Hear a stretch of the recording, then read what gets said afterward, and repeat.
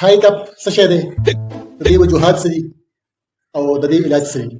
هاي کپ کوم ته چې عام زبان کې موږ هیڅ نه وایو، په دې کې زمونږ ډایفرام چې کوم زمونږ بریثینګ مسل دی، د کوم په ذریعه چې هغه مسل چې کوم په ذریعه باندې موږ ساه اخلو هغه انوالنټري کنټریکټ شي، را سپلاو شي، راغونډ شي، او د دې د راغونډېدو سپلاو کېدو سره سره زمونږ کوم ووکل کارډ چې دی، کوم څه چې موږ اواز راوکاږو هغه هم بند شي. دې سره د هیچکي یعنې د هاي کپ اواز پیدا کېږي. اوس د دې وجوهات ډېر زیات دي، خو عام چې کوم وجوهات دي په هغې کې یو تیز او د حد نه زیاته روټۍ خوړل، دغه شان سپایسي فوډس او کاربونیټډ ډرنکس چې کوم دی د هغې د وجې هم زمونږ ډایفرام چې کوم دی کنټریکټ کېږي او دا مسله پیدا کېږي. دې نه علاوه زمونږ خوراک او مشروباتو کې اچانک ګرموالی یا یخوالی راتلل، یعنې موږ خوراک کوو څه چې کوم دی ګرم کوو، بیا پکې داسې ډایرکټ یخ خوراک وکړو یا دغه شان یا اول یخ کوو وروسته ګرم وکړو، نو دې سره هم دا مسله پیدا کېدای شي. دغه شان ذهني تناو یا اچانک اکسایټمنټ جذباتو کې تبدیلي راتلل، دغه شان سموکینګ او الکوهل څښلو سره هم دا مسله کېدای شي. دغه شان نور ډېر وجوهات دي چې هغې کې د معدې مسایل وي، ایسیډیټي یا انډایجیشن یا یعنې د هاضمې خرابېدل. اوس د دې علاج څه دی؟ ناول خو دا په کور کې هم د دې علاج کېږي، دې دپاره اکثر د پراپر څه خاص علاج ضرورت نه وي.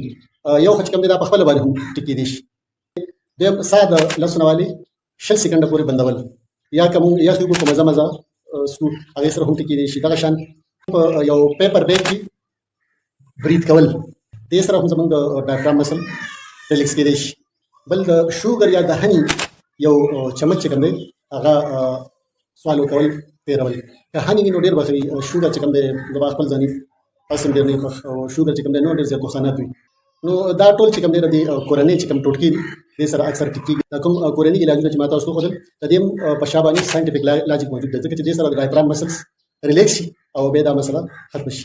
خو اهم ضروري خبره دا ده چې موږ خوراک په مزه مزه کوو، بل د حد نه زیات خوراک نه ځان ساتو، او بل ځان چې کوم دی ډېر زیات پینیک کېدو ته خو هسې هم پرېښودل نه پکار ده چې هغې سره ډېر زیات ټینشن اخیستو سره پینیک کېدو سره نور ډېر مسایل راتلی شي.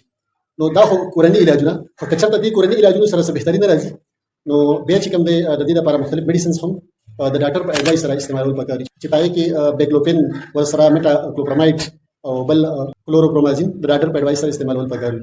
خو که چېرته هاي کپ د 48 اورز نه ډېر زیات شي او بیا بعضې سیویر کیسونو کې میډیکل اټینشن ډېر زیات ضروري شي. که چېرته د دې دورانیه 48 اورز نه زیات شي، یا زموږ سلیپینګ ډس آرډر راشي، یا خوراک کې چې کوم دی یا خوراک کې تکلیف راشي، یا ویټ لاس شروع شي، دې نه علاوه وومیټینګ شروع شي، یا هارټ برن شروع شي، بعضې کیسونو کې چیسټ پین هم شروع شي، دغه شان په ساه اخیستو کې تکلیف راشي، یا څه نیورولوجیکل ډس آرډرز وي، یا ایسډ ریفلیکس ډیزیز وي، یا ډایبیټیز وي، کډني ډیزیز وي، برین ډس آرډر وي، یا مختلف میډیسن د وجې هم کېدای شي، نو بیا خو میډیکل اټینشن ډېر زیات ضروري شي. نو بیا خامخا څومره چې ما تاسو ته مسایل بیان کړو، څومره کمپلیکیشن ما تاسو ته بیان کړو، څومره ډیزیز ما تاسو ته بیان کړو، نو بیا د ډیزیز سره ریلیټډ کنسرن ډاکټر سره خامخا چیک اپ وکړئ. مننه.